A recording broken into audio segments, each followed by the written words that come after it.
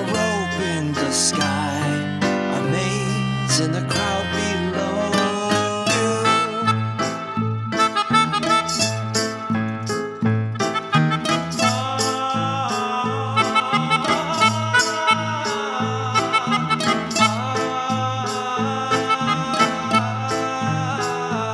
The following presentation of From the Music Store is brought to you by WBNJ. Today, we're pleased to introduce Mavis Jennings, who is a performer in Cirque du Soleil's Quidam and Verikai. Mavis, thanks for coming on, buddy. Thank you. Good to be here. How does one join the circus? It's one of those things that, like, people don't think can happen, but it happens. Well, Cirque du Soleil is, I feel like it's in its own category. It is. It's kind of like if you join the circus, I'm like, oh, it's like that's like going to Walmart, and it's like, oh, I'm in Cirque du Soleil. Well, that's like going to Target. I think of Cirque du Soleil. I think of Cirque du Soleil as avant-garde movement theater. Yeah. Utilizing acrobatics in order to sort of lift the interest even more. Is surreal a word? That's how, when I've seen it several different shows, and it seems very surreal to me. It's like if Dali could come to life and do something. Yeah, it's like that non-realism that includes all of those masters, from the Dada movement to Dali to I'm trying to think of this guy. The floating bowler cap painting, Miro. This piece that was inspiring to Franco Dragone, who, for me, was the director that put Cirque du Soleil on the map, and I'm not the only one that feels that way, I'm sure. His touch and his whole aesthetic was so magical, and he began the troupe began as street performers in Montreal that sort of associated themselves with a rock and roll band, and they were doing sort of summer stuff with kids and so on and so forth, and they sort of just kind of put together a little show and decided to risk it all, got a loan and took it to Santa Monica. And when they got to Santa Monica, there was even my old friends that had been there since the beginning told me that, we had to sign papers saying, if we go belly up, we have to make our own way home and we can't sue. That's how far the gamble was embedded, and they won. They won the gamble. They became like the darling of Santa Monica Pier, and from there they put that show in Las Vegas and in the Big Top in Las Vegas, and then made another show, and then. By the time I got on Cirque, they had 3 Big Top tours, and I believe 2 shows in Las Vegas, maybe one on the way. But they were still quite small, world renowned, but still on the more boutique side of performance. I'm looking here. So Quidam was the first show you did, and you were on that from 98 to 03? Does that sound right? Yes. And then I was transferred to Verikai, and I was on Verikai for the rest until May of 2016. Yeah, Cirque du Soleil ticked a lot of boxes for me. I always wanted to travel and see the world, and there was no better way to travel and see the world than to be on a Cirque du Soleil contract as far as I was concerned, because you could go to a city and just be there for 4 months. So you really got a chance to, what's it like to live in Sydney for 3 months, And in the early days, actually, Jason, when they would transfer, say, from North America to Australia, I'll just stay on that theme, everyone would be on vacation for 3 months for the kit to move and to go through customs and the whole lot. And so you had that sort of assurance of the job coming up, which helped you to spend money. You know what I mean? And I did some of the most outlandish trips during that time, I found myself in Positano, Italy, and I thought it would just be a couple days, couple nights, and I ended up staying there for nearly the entire break. I was in the city. Wow. I couldn't leave. It was just so perfect, because I know it won't be even nearly the same as that magical moment, that Brigadoon moment when I was there during that period. But so that was some of the cool aspects of being on tour with Cirque, were those breaks. So I just have so many questions. So like, you were in Sydney. Mm-hmm. You're in Sydney. I can imagine it's a ton of work. You're in a whole costume, right? Mm-hmm. You've got makeup. You're a master of ceremonies. You're a vocalist. I don't even know where to begin. The first question is, how long does it even take you to get ready to go out and perform? You should spend a nice 40, 45 minutes on your makeup. I mean, there were times where I could rifle through it, but it never really looked that good. So, and then we would get done with that. Maybe we'd go do a sound check, which would last, you know, just check the lines, or if there was a problem with one of the songs the night before, the band leader might want to like practice a certain aspect of a song. You know, if something isn't working, then sound check could be a lot longer. Could be like a real problem. You know, moving that equipment around, you know, had its issues, and those sound. Like I said, like the sound crew on all of the Cirque shows that I was part of, they were hard, man. They were hard, gritty. They were the hard workers. I was not the hard worker. Those guys had to get everything set up and repair and working. They had to know their stuff and be able to work on the fly. And because you know, there was a lot of, you know, it could mean their jobs. There was a lot of money coming in per show, and there was a certain quality that was meant to be, you know, arbitrated by the artistic director and the technical director, and you know, so it was kind of, they were in a pressure cooker there. And so you do sound check, and then maybe after sound check, we had a restaurant, a kitchen that would normally make a dinner if you wanted to eat a dinner. I normally like to sort of like eat, as a singer, eat something after the show. And then go do the show, then come back, take the makeup off, get on your bicycle, ride to your corporate apartment, and do the same thing the next day. So you're in apartments. You guys aren't in hotel rooms during these, because I would imagine that'd be pretty expensive because you're long term. Yeah, I don't know what Cirque does these days, because I know that a lot of things have changed about the company, and you know, like everything in life, you know, certain things when a company starts, they spend a lot more money than what they do once they've sort of like ironed out all the kinks. You know what I'm saying? So I'm not sure, but like back in those days when I was there, like it was as if like, you know, money was like being set on fire sometimes, the kind of privileges that they gave us as artists, and parties and just craziness, like bonuses. And, you know, it was pretty wild. But they would travel bicycles for us, and I love riding a bicycle in almost every place except for the States that we would go to. It was very bicycle friendly. You know, I would normally, if I could, I would ride my bicycle to and from the site. It was a great way to wind down, great way to warm up, and a great way to wind down at the end of the night, you know. And it was corporate apartments for the most part, and, you know, every country would have their different things. I mean, obviously, you know, but it all depends on the venue, you know. When I toured in Russia, for instance, we were always just like staying in like 4- and 5-star hotels. It was like all hotel kind of. During your years with Cirque, did you play a number? You mentioned you were a singer, so did you play a number of roles throughout the years that you spent with the show, or were you always the same role? Yeah, on the first show, Quidam, I was the singer of the show, and on the second show, Verikai, I played a character and who was essentially the patriarch or the priest of Purgatory, and I was the singer of the show, the male singer of the show. There was and well, I should say that too. I was the male singer on Quidam, is because there was a child singer, or a sort of like an Alice in Wonderland-esque child artist that I would sing duets with and support, sometimes sing background vocals for them. Now on Verikai, I had like a person who was equally, you know, my same age or adults, you know, we were contemporaries, and she would have her solos and I had my solos, and then there were songs that we sang together. But I always, on those two shows, essentially I had 2 roles at Cirque du Soleil in 2 shows. I didn't do multiple roles in those shows.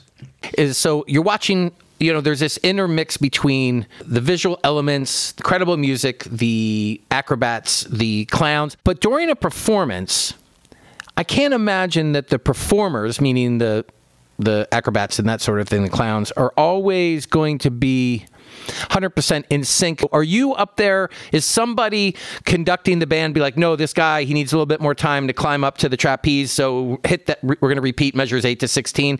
How is that all going on? And how do you know? Because you're walking out, you're like often at the edge of the performance area. You're not on stage with the band, who happens to also be in costume at the time.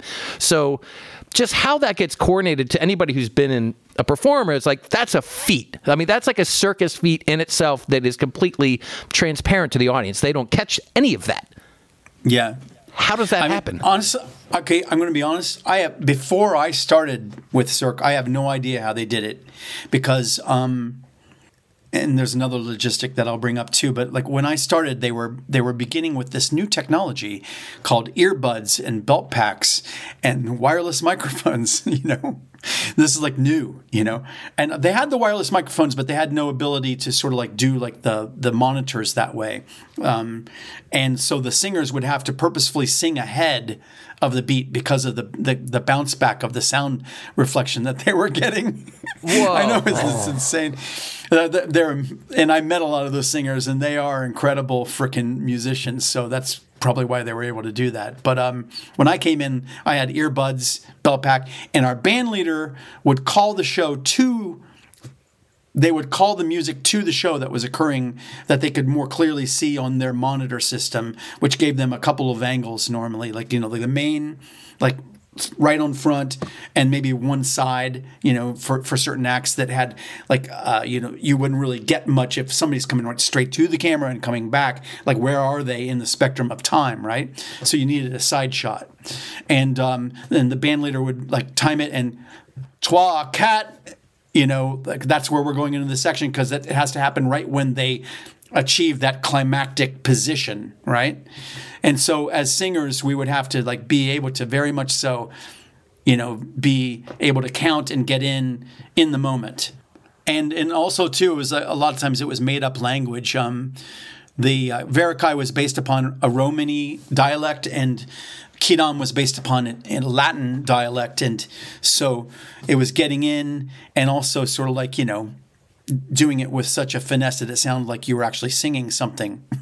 And well, that's real. That's another real question I have. The music, to anybody who hasn't listened to it, I really strongly suggest that they do, and we'll be playing some underneath. But it has this global humanist feel to it. It sounds familiar, but they are either, and to me as a listener, variations on existing languages or made up languages. So the first question is, how do you deal with that? How do you deal with the different dialects required for an imaginary language? And then coupled with that, while people are doing things, there's a lot of oohs and ahs that you'll hear a singer just kind of toning through.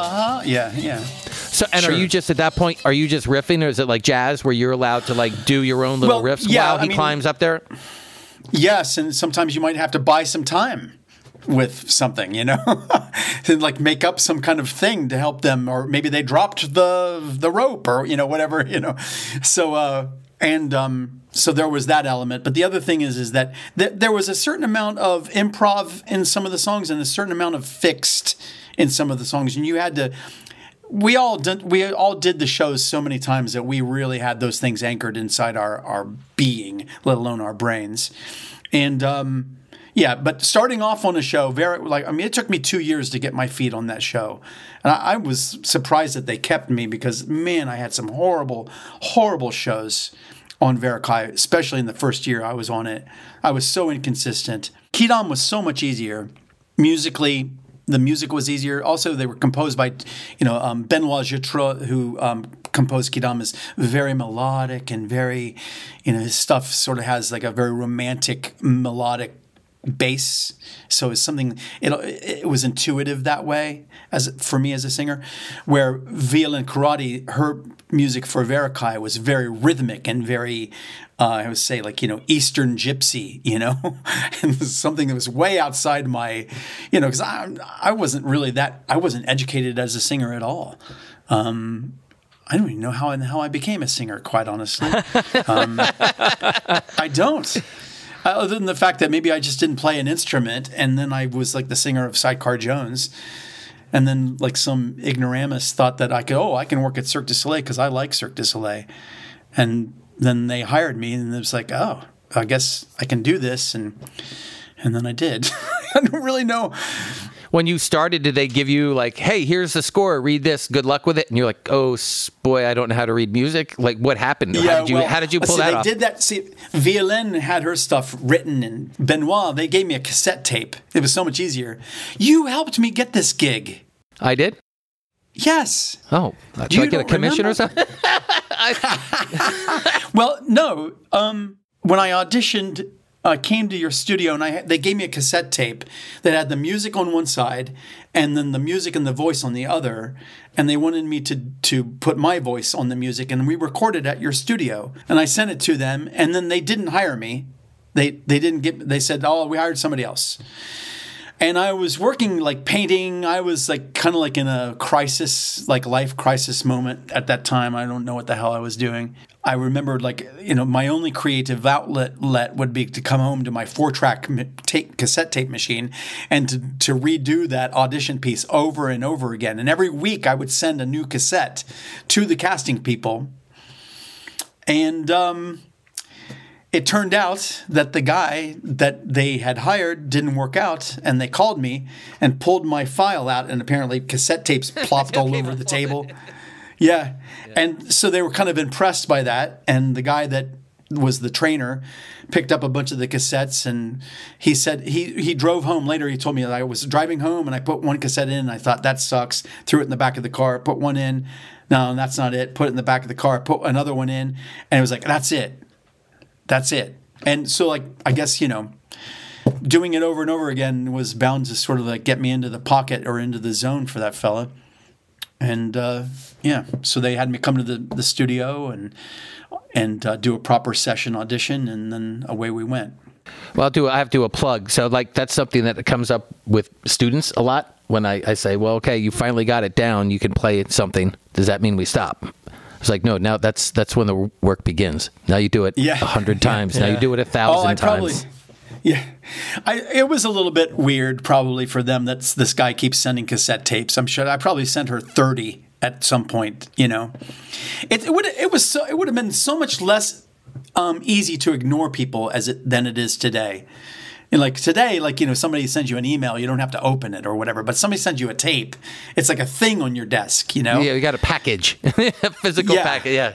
Well, that's like there's the old stories like bands would send like CDs or records to the labels, but like in a pizza box, and you'd have to open it because somebody just delivered a pizza box.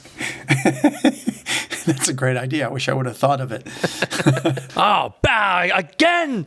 I thought this was pepperoni and sausage. Anchovies. Who puts anchovies? Oh, that's great. So getting back to the shows. Shows.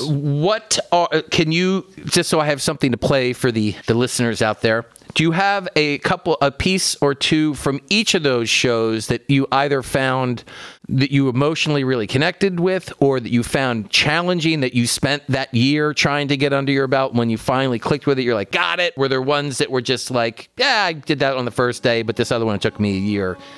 What sticks out from those two shows? Any pieces in particular? For Quidam, it would have been the Tissue Act was like the marquee singing piece, that's the video that I shared with you, that from a performance in Monaco.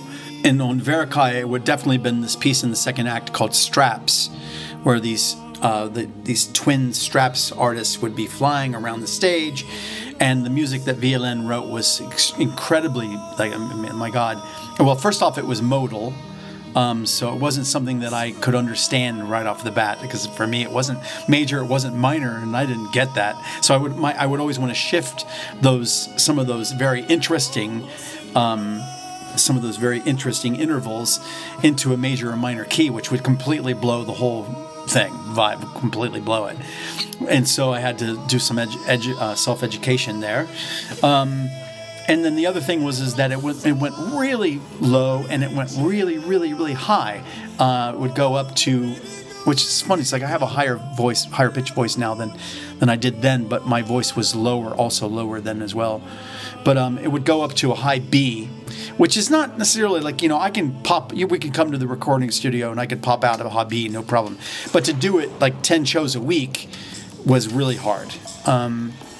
And so that was the challenging one for me on Verikai. You were talking about technology before, so I'm thinking to myself, I can imagine that we now live in a world where if you're doing 10 shows a week, and I'm not saying Cirque does this, but you're doing a production that's on the financial level that Cirque du Soleil grew into, do you leave that to chance? In other words, do you start using tracks then, like, maybe this is a little scratchy today, he's just going to sing along with the track, or that one part where that B kicks in, that's a B's not an easy note to sing. Yeah. So I'm like, my eyes, nobody can see it on the radio, it's but not the worst note as a one-off, but it's when it's like you're exhausted, like let's say when we were in Tokyo, I always think of Tokyo because we were always doing 10, 10, 10, 10, 10, 10, 10, 10 every week in Tokyo.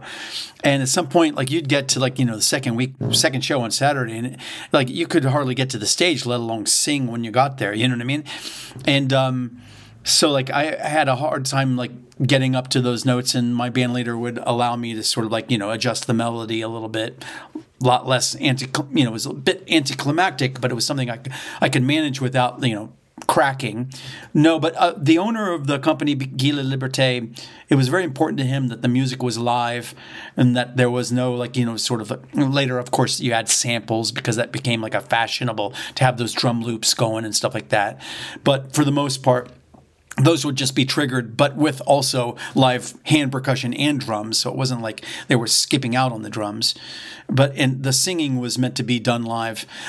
Later, when the Ableton Live came along and you were able to sort of trig things, if a singer was sick, literally like lost their voice, they could trig certain songs and then just have the singer walk about the stage and just sort of gesture.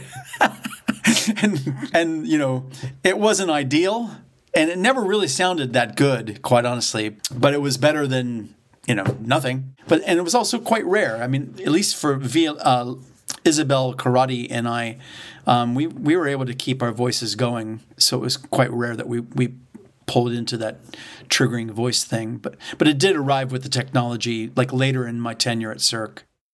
So this whole thing, to somebody who probably has never seen Cirque, it might seem a little kind of crazy. If your background is more of a musical theater background, and you see a musical theater show, you're getting the same thing night after night. Everybody has to hit their mark, and what you're describing is there's room for improvisation, but it's actually what you're describing. It's kind of encouraged because you were describing you've got acrobats, they're doing their thing. And if certain things aren't going, the entire thing has to pivot. Was that something that ever caused a major problem where maybe somebody wasn't quite getting that message? So I didn't want to ask that question, but that's kind of what I'm thinking. Like, was there a case where you were playing and somebody fell? Like they do some pretty scary stuff there. So like I think your point is you have to be able to. Or they're just going for it again. It's like, We had accidents on our tours. Those things happened, it's live. So like mistakes happen, but I would say like most of the dangerous things that occurred to artists on tour happened when they were off the show, like, partying, you know what I'm saying?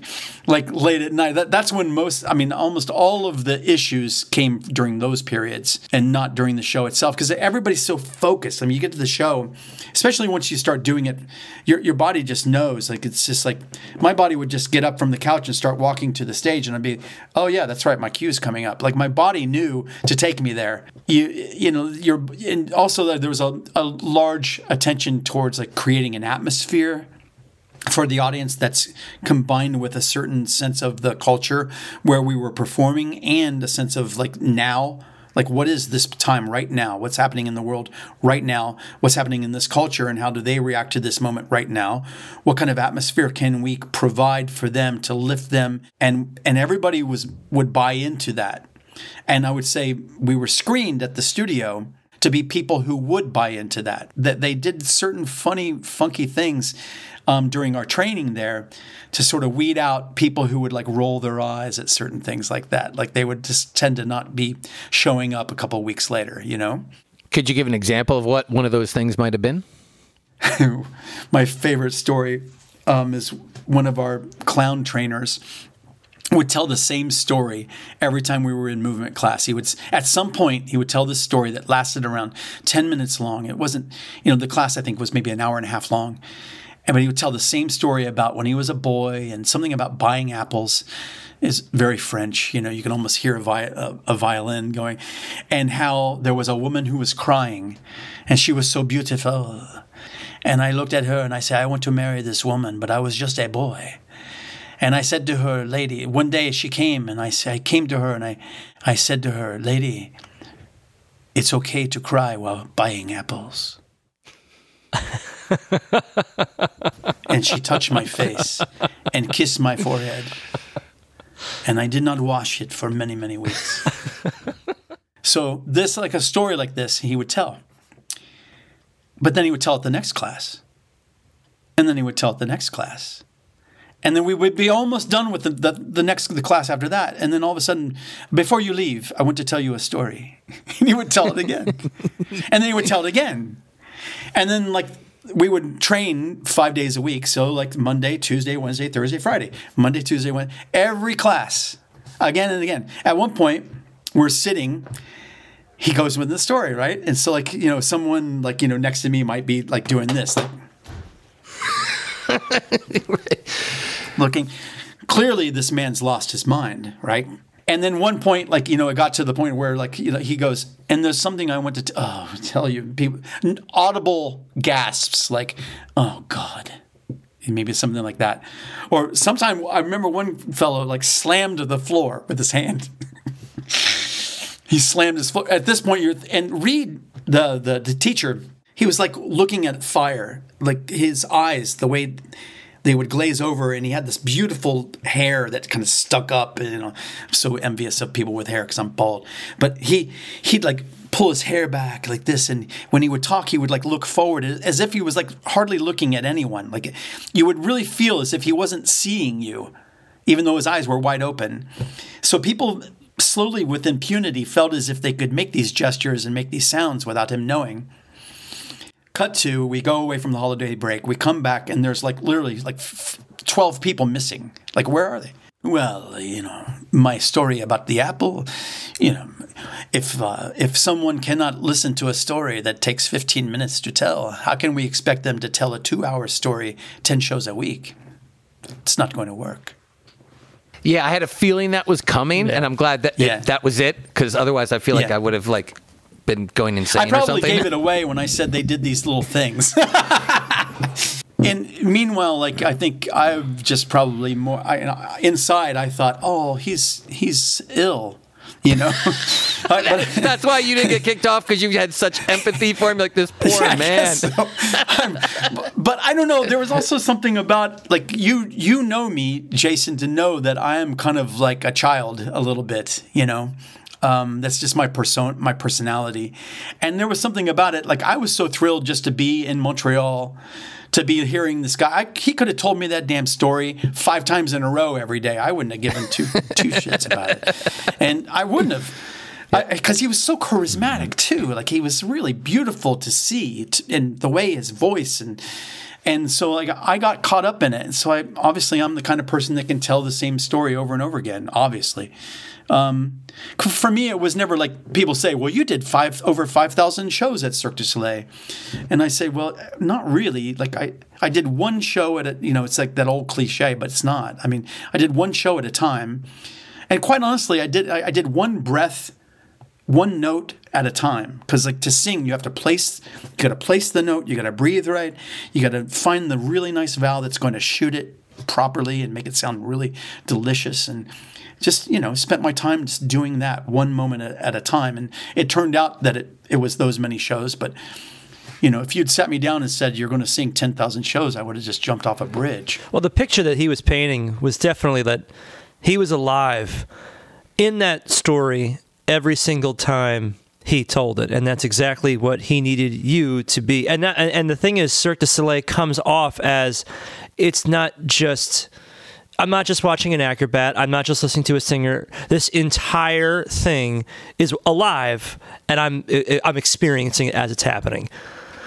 So, that's my takeaway. And it makes me wonder: when you were doing all this, did you feel more like a performer or an actor versus a musician? Yeah, I felt more like an artist, quite honestly, because I was included in the creation of my role, how my character moved, worked, how he sounded, how he interacted with the show, the kind of what's like I said, we used Latin, but I had my selected Latin vocabulary that I was able to select myself and put to the task.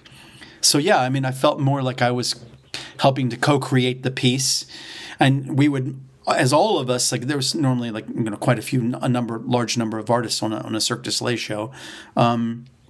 We would work as a team, and so yeah, like having the right ingredients as far as like the personalities of the artists was really important at Cirque du Soleil, in order to make sure that the shows didn't implode or become a show that's just people are just phoning it in, that kind of thing.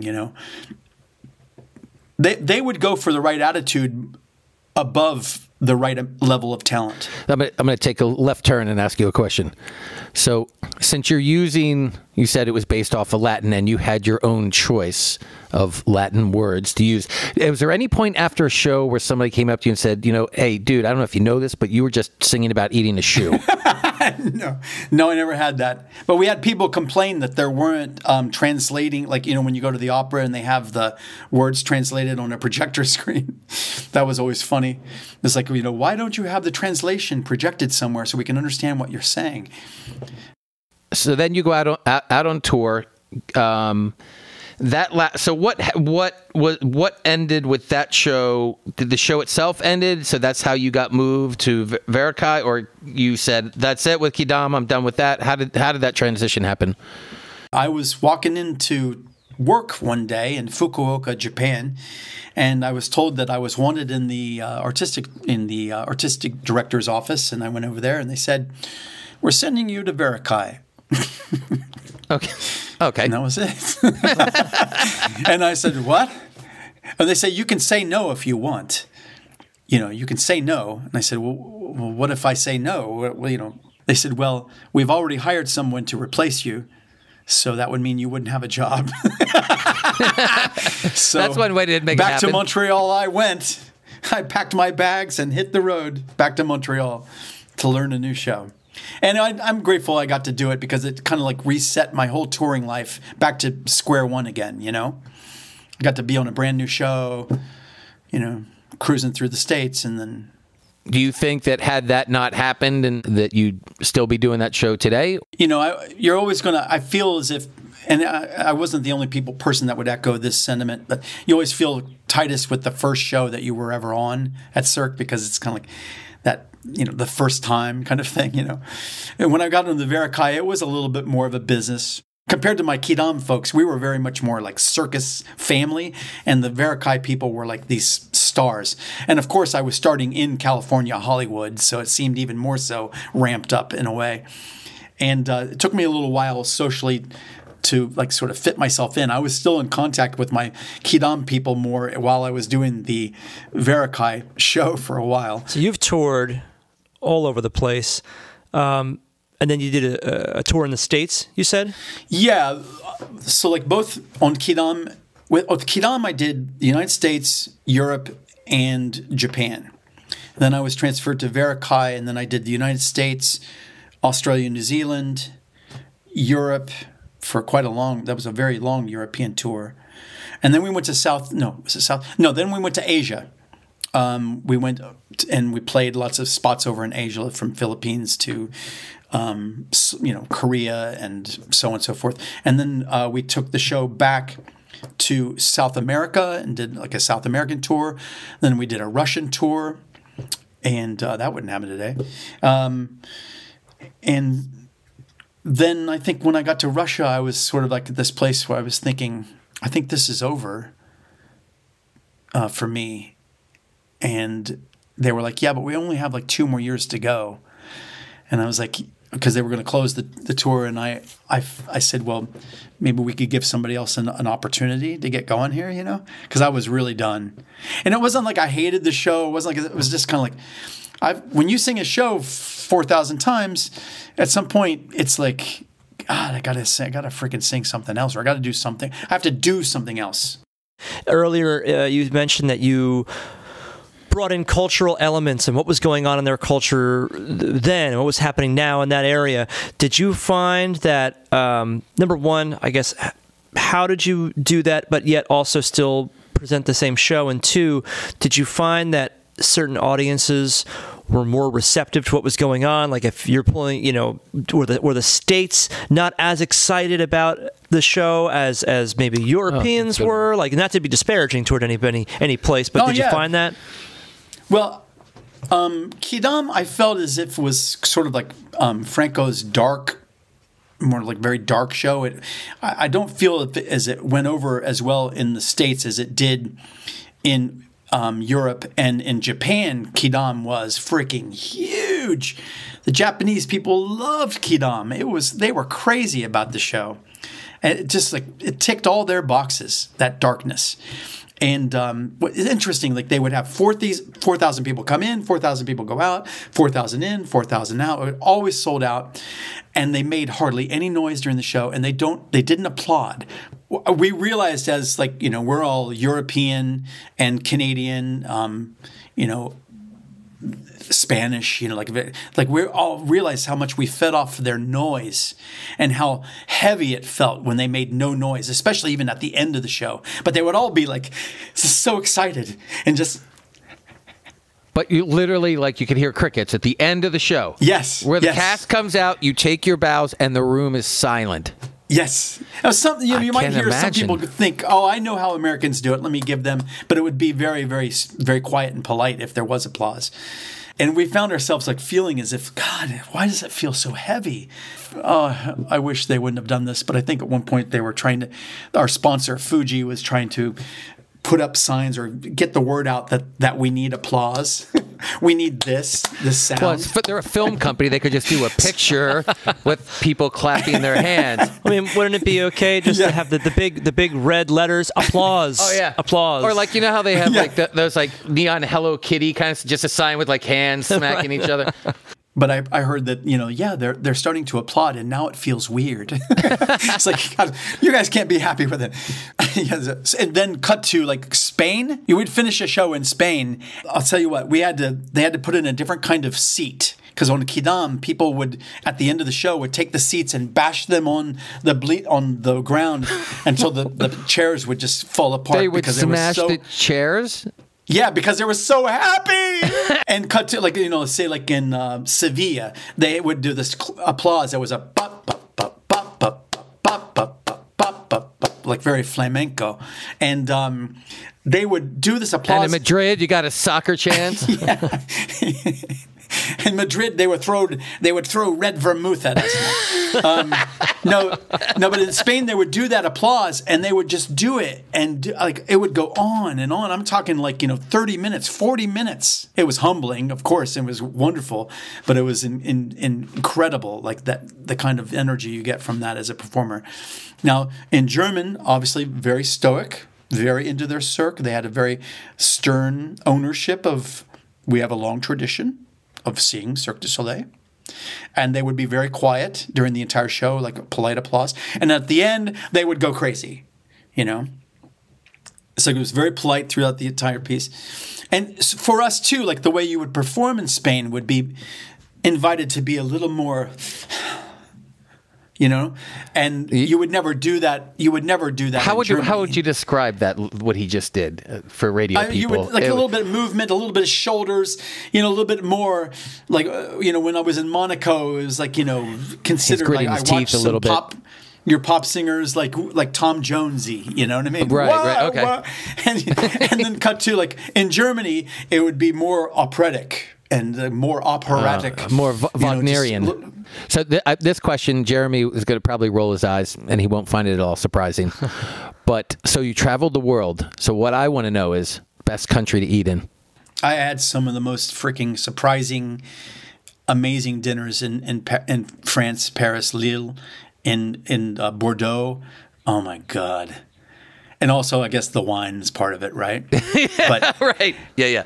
you know, but I've had, you know, I mean, also Italy, yeah, you know, knocked my socks off. I love, maybe that's just my palate, of course, you know. There's nothing wrong with a nice freaking Wiener Schnitzel and a big old freaking, you know, beer in Munich either, you know. Right. Nothing wrong with that at all. I'll take France though. That's fine. You don't have to explain yourself away on that one. Yeah. So, so you came after your Verakaip run. You came to this conclusion that you weren't going to last the last 2 years. That you were going to transition out. Yeah. It was hard. I wanted to go back to the beginning of the ride, but not continue on it. If that makes sense. What were you thinking when you walk away from that? Because I can imagine it. You know, as a musician or as people that are performers, those are great gigs, and we all get to a point in our life, I guess, where things change. Like for Jeremy, like you started having a family, and that changed your view of things. I know that you know obviously you have a family as well. Did that factor into it? Was it really the creative decision? They would travel my family with me, and my daughter was born on the road, and they had a school and for the kids, and so my daughter had friends on tour, and so that wasn't as much of a factor. I mean, literally me leaving was, and I honestly I felt this way a solid 2 years before I left. To be quite honest about it, I was done. I was done doing that show. And I still freaking nailed it out for a couple more. I guess that's the farmer background in me. You know, you got to feed the calf barns, feed the calf and milk the cows and just do the duty. And but artistically, I wasn't connected to it anymore. I didn't have a passion for it, and my passion was for doing a good job. But that was pretty much the beginning, middle, and end of that. And so I resigned, and I'm grateful I did, because the new guy that they came in was he shot such an energy into the show because he was so excited. And I should have probably left a couple more years before that and given him that other 2 years, quite honestly. Well, that's very noble of you to be thinking of the group over the self. Well, I was, yeah, well.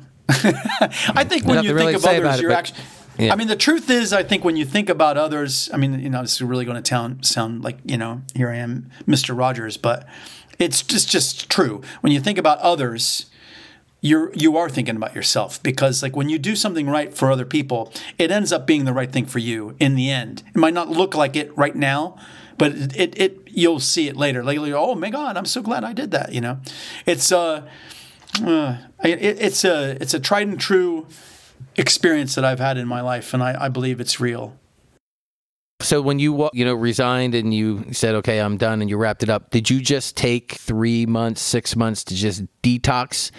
And then, of course, I am just so nosy, but it begs the question, too, like, so you were on road for all those years. I mean, you must have been collecting a paycheck, but they were feeding you, and you had hotel rooms and stuff. Yeah. So were you just banking all that money for 10, 15 years, and then you're like, okay, I can at least take a couple months off now and not stress it? Yeah, there was an array of things. You know, I did some investments that didn't go so well, like what would happen to someone who never had money in his life, right? There was some other things where I did some investments that did okay, but the bottom line is that I was able to come off the road and sort of like, you know, I would say during that period, what I did was drink alcohol a lot. Because it's like I bought this house and I just sat in my back area and I drank wine and just like stared at the sky, and I felt for the longest time like my life's over. All the fun times are behind me. You know what I mean? Had that moment, and then I woke up one day and I thought, okay, what's next? You know, and I found out that I'm going to go to grad school. And then this journey appeared, and then that got me on the straight and narrow, and or at least like, you know, straight enough to get, you know, some freaking schoolwork done. Grad school is nothing to scoff at, and so like gave me a new direction, and that like now my thing is like been full on theater. I've like directed 7 shows, and you know I have an acting studio. I have 12 actors in it that I train, and I kind of freaking love it. I love it. And and so like that's what I've been up to. And this summer up at Interlaken is going to be a freaking blast, like training acting, like doing the Michael Chekhov and all this stuff that I had the opportunity to learn first at Cirque du Soleil and then augment with my grad studies and extra training on the side since I've been sort of at this new life. And to be clear, so you did graduate work in theater or acting? What exactly was your graduate work in? Well, like total Mr. Magoo, like I decided to, I was told, we bought this house. I had no idea that Kent State was near here. Okay. All of my colleagues, when I did go to grad school, they had been scoping out this school for like 2 years. And my wife had a friend that lived in this area. I was still on tour, but it was arena in Russia, and I couldn't take my family with me to Russia on the arena tour there. So I decided I'm going to buy a house. You guys are going to go in the house. Mabel's going to go to a real school. We're going to be a real house people kind of thing. And so we got the house. They got in it, and I still had like about a year and a half left on my contract. And so when I got off of the road, I was like, what am I going to do now? Like I said, and then I found, oh, yeah, there's a college. Oh, it's only 10 minutes away. Oh, and they have a theater. And they're doing auditions on Tuesday. And it was like Friday. Typical how my life works thing. And so then I was in that, and I really loved it. There's so much theater. Northeast Ohio is a big theater pocket over here. And they have this outdoor theater called Porthouse that I got to do shows at in the summer. And, I've done shows around, but I've really got I think I'm really into the directing thing. I like to direct shows. That's kind of where my passion is right now. And I also like teaching acting. Were you doing musicals? Or were you doing dramas? Did you, because everybody said, hey, you were a Cirque du Soleil guy, so you're going to be in musicals. Yeah, I mean, I was at Porthouse, I was in musicals, but I was normally like, a character role that would just come out at the end and maybe just sing with everybody else. I'm not a leading man now, at this stage of my career, and I had a really good fun time with that. So they do musicals there, but the shows that I've directed have been primarily musicals, just 2 straight plays out of those 7. And, Hedwig and the Angry Inch was one of the shows that we put up last year. Toxic Avenger. Have you ever seen The Toxic Avenger, the musical? Takes place in Jersey, right? Like, doesn't everybody in New Jersey have to know that?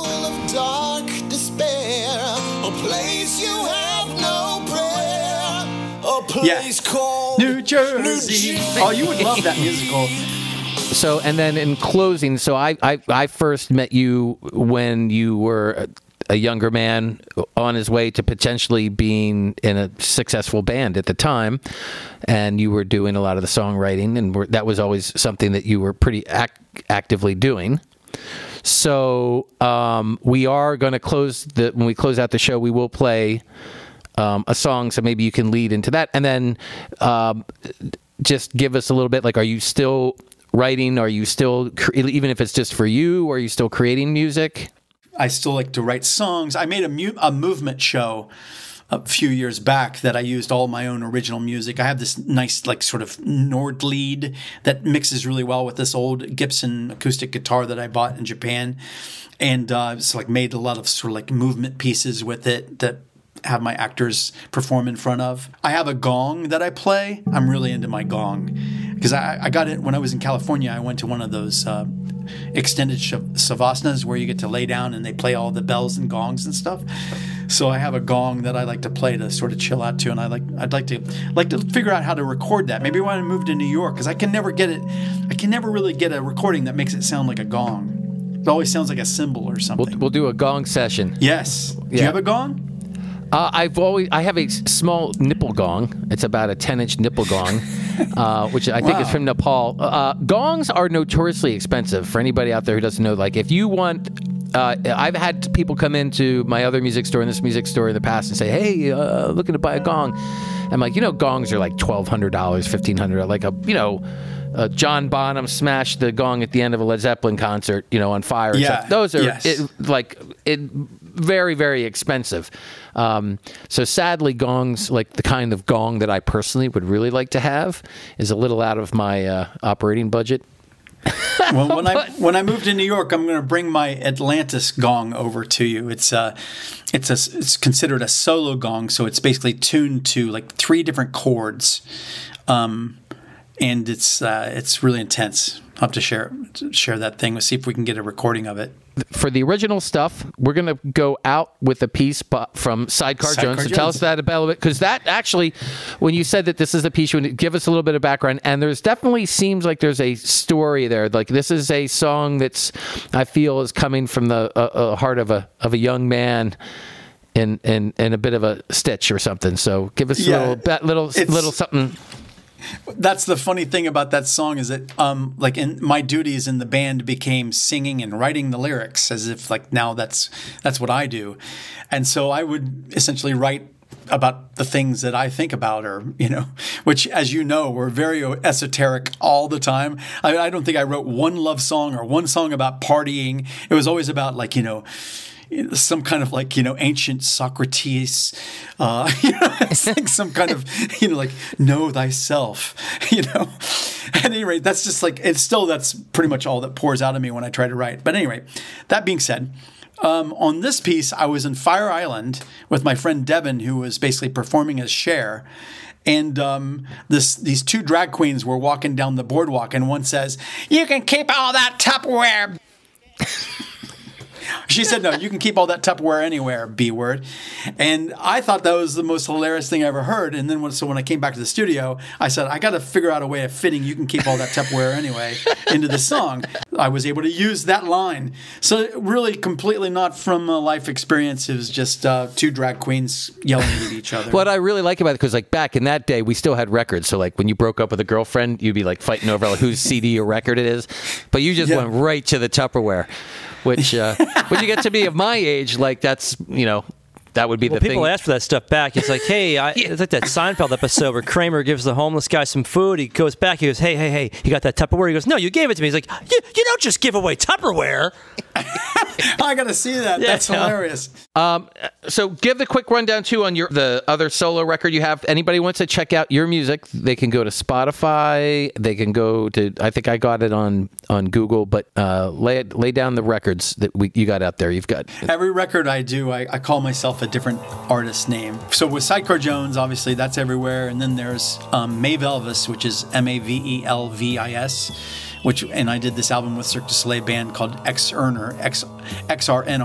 There was the album I wrote called Aerial Caveman was the name of the artist. I made a song on there called Did I Did You, where I have recordings of all kinds of Skype calls that I was making at the time, and I made this amalgamation. So I was doing a lot of experimentation on that album. Mr. Jennings, thank you so much for coming on the show. Pleasure's all mine. It was great having you.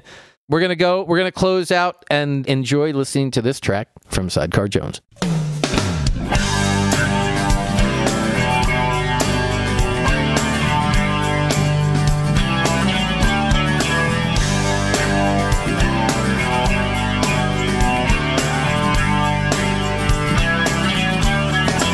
do you want from me? 'Cause I'm not here just to cheer you on, 'cause you were not honest from the start. I said get out. Funnel to steal anything in the house that you say is yours. You know we built this place together. You can keep all that Tupperware anyway. Hey, hey, hey, hey, it's all insanity, but we're still here. Hey, hey, hey, hey, it's all insanity. Still we've come a long way from home.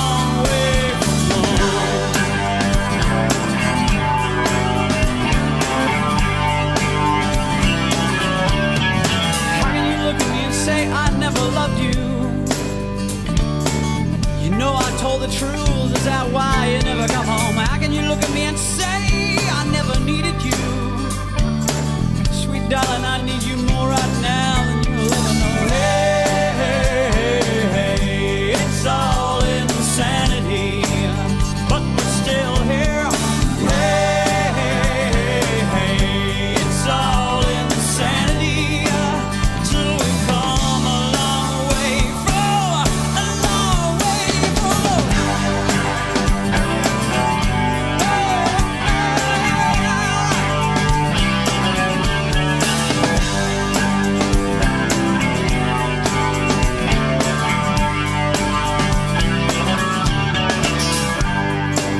strange when you come so prepared.